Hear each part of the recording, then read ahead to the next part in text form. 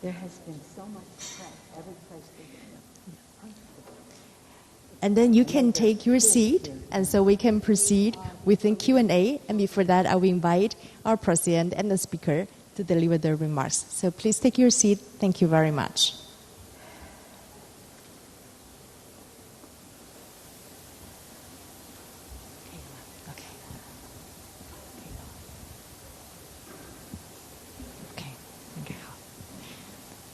And first, I would like to invite the host, our President of the Republic, Dr. Tsai Ing-wen, to make her remarks.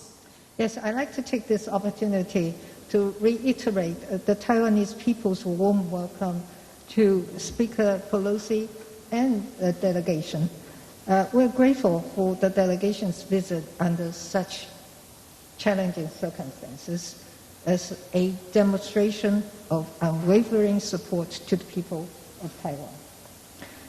The Speaker's presence here in Taiwan serves to boost public confidence in the strength of our democracy as a foundation to our partnership with the United States.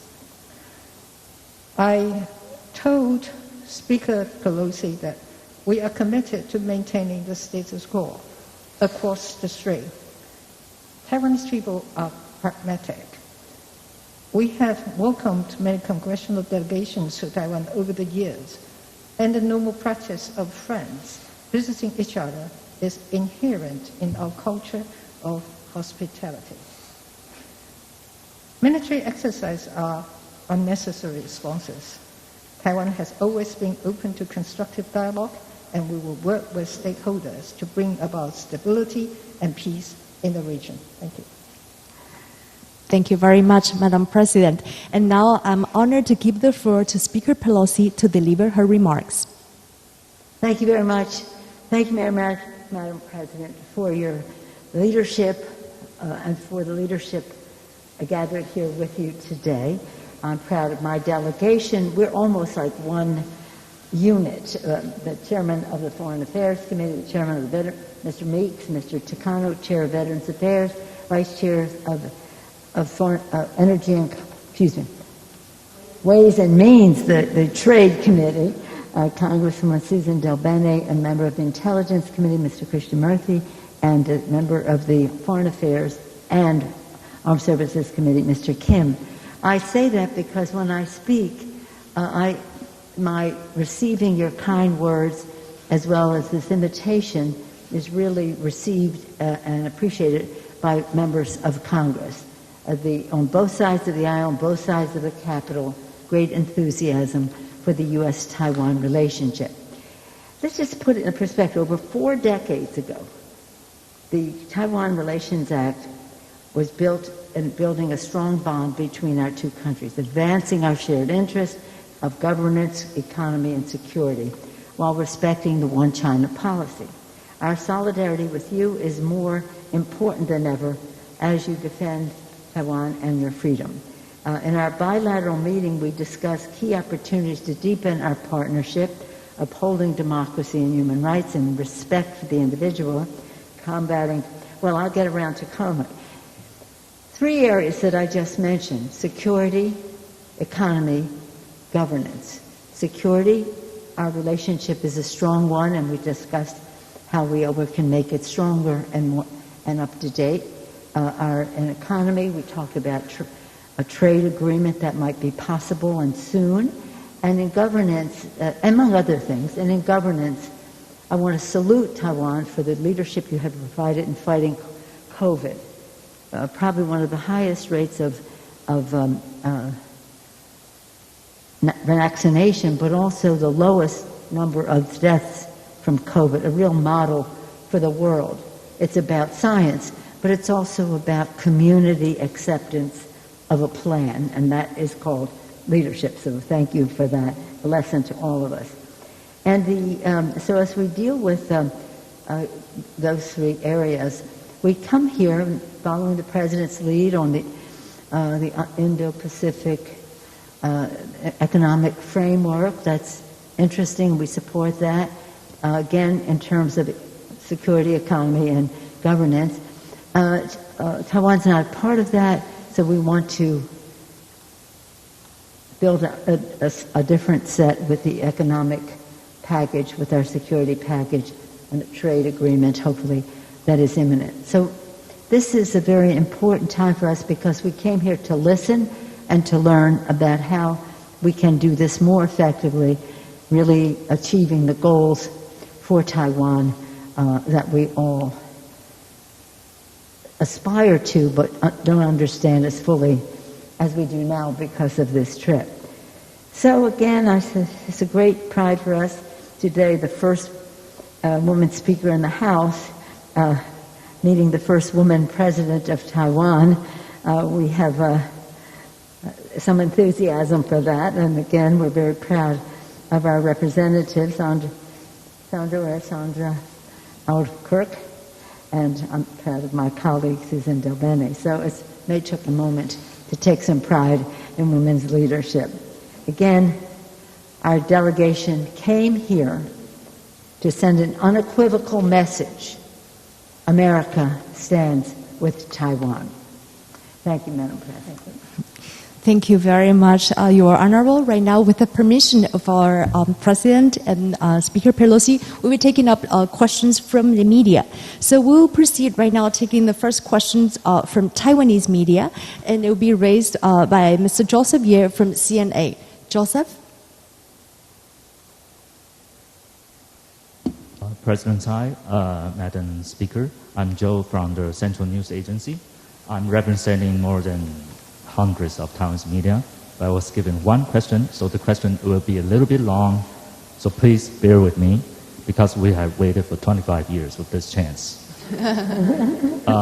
So you're the first House Speaker to visit Taiwan in 25 years, so do you foresee that your visit will bring up even more similar high senior official U.S. to visit Taiwan in the future, or maybe future speakers? This is the first part of my question. And the second part is, in accordance with Taiwan Travel Act, high-level visit a two-way thing. So a lot of U.S. congressmen has proposed President Tsai to speak at U.S. Congress, if possible. Do you see that it could realize anytime soon in the near future, especially under your leadership in the House? And the final question is, I'm sorry, 25 years again, sorry. The final question is, how do you see how the Chinese welcome you with military exercise and sanctions against Taiwan? Do you foresee that? Thank you.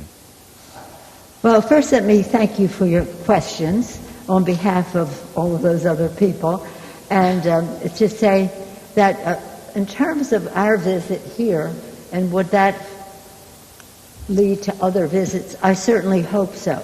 But I think it's important to note that members of Congress, several of them had made trips just earlier this year. 5 senators, bipartisan, came, again, including the chair of the Foreign Relations Committee, Mr. Menendez, came. Not too much of a fuss was made. Individual senators have made trips or plan to make trips. And I just hope that it's really clear that while China has stood in the way of Taiwan participating and going to certain meetings, that they understand that they will not stand in the way of people coming to Taiwan. It's a show of friendship, of support, but also a source of learning about how we can work together better in collaboration. So, I think that they made a big fuss because I'm Speaker, I guess. I don't know if that was a reason or an excuse, because they didn't say anything when the men came. What the second part was,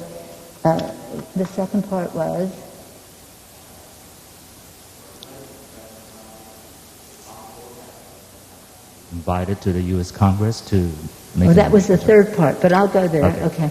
That was the third part, I thought. We haven't had a joint session in probably 3 years in Congress, partially because of COVID, but even before that it was Christmas and all that. So we haven't had many joint sessions. But we have tried to accommodate visits by bringing together,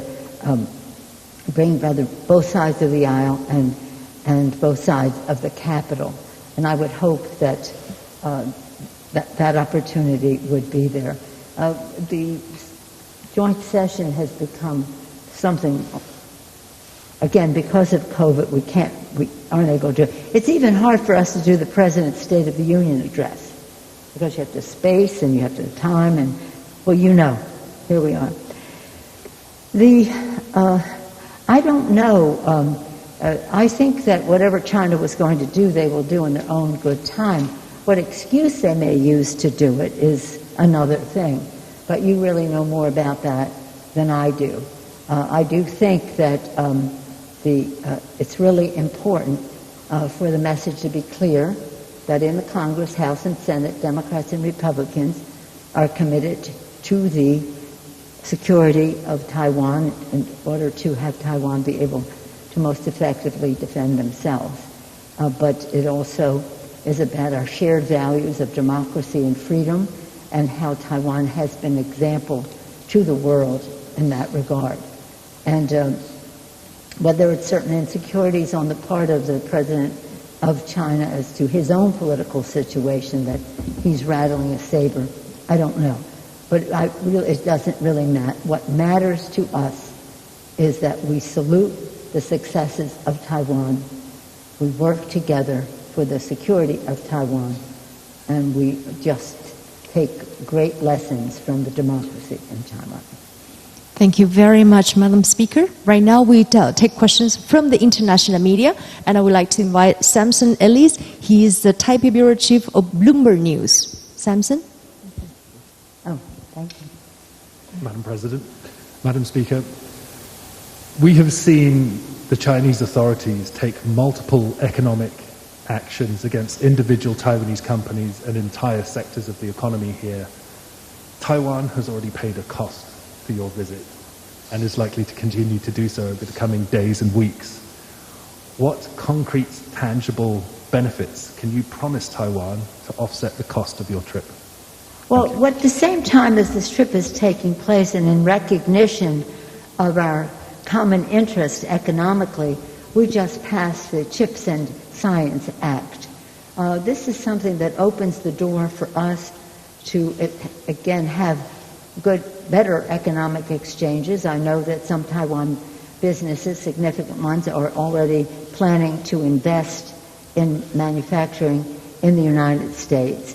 And the ingenuity, the entrepreneurial spirit, the brain power, whatever, the intellectual resource that exists in Taiwan, and the success of the tech industry here, for one sector, has been really a model. And again, we want to increase our relationship. So I think that I would be saying that would be a goal we share, but with the CHIPS Act, we're really facilitating reaching that goal. And it's pretty exciting. It's pretty exciting, and I think that you will see a recognition of the scientific success that Taiwan has had, being a model for how we go forward. That's why our bill is called CHIPS and Science. Thank you very much, Madam Speaker. Right now, last but not the least, we will have a representative from the Japanese media, Mr. Ishiro Koichiro-san. He is the bureau chief of Asahi Shimbun of Japan. Hello. 你好，总统。 Konnichiwa. Hello, Speaker Pelosi. Konnichiwa. Thank you very much for taking my questions. My question is about the Chinese democracy. Now we are witnessing the Chinese authorities increasing various pressures, not only to Taiwanese people and Hong Kongese, but to their own citizens, I mean the Chinese people. And as a strong and long-time advocate of democracy, please let us share your ideas. How the democratic countries, including South Korea, Japan, where you are heading to, can deter China from invading Taiwan militarily, and how we can guide China toward a democratic political system? Thank you. Well, two things. In the context, your question comes in the context of right now a struggle between autocracy and democracy in the world. We cannot back away from that. And so as China goes and uses its soft power, money and whatever, into many countries in order to get their support at the UN and other bodies, we have to recognize if that has some effectiveness, because it's a lot of money and it's promises that may or may not ever be kept. So when we talk about Taiwan in that context, we have to talk from strength. We have to talk from strength. We have to talk from what Taiwan has been so good about is being technologically advanced, whether it's in business or security. And we have to show the world, and that's one of the purposes of our trip, to show the world the success of the people of Taiwan, their courage to change their own country to become more democratic,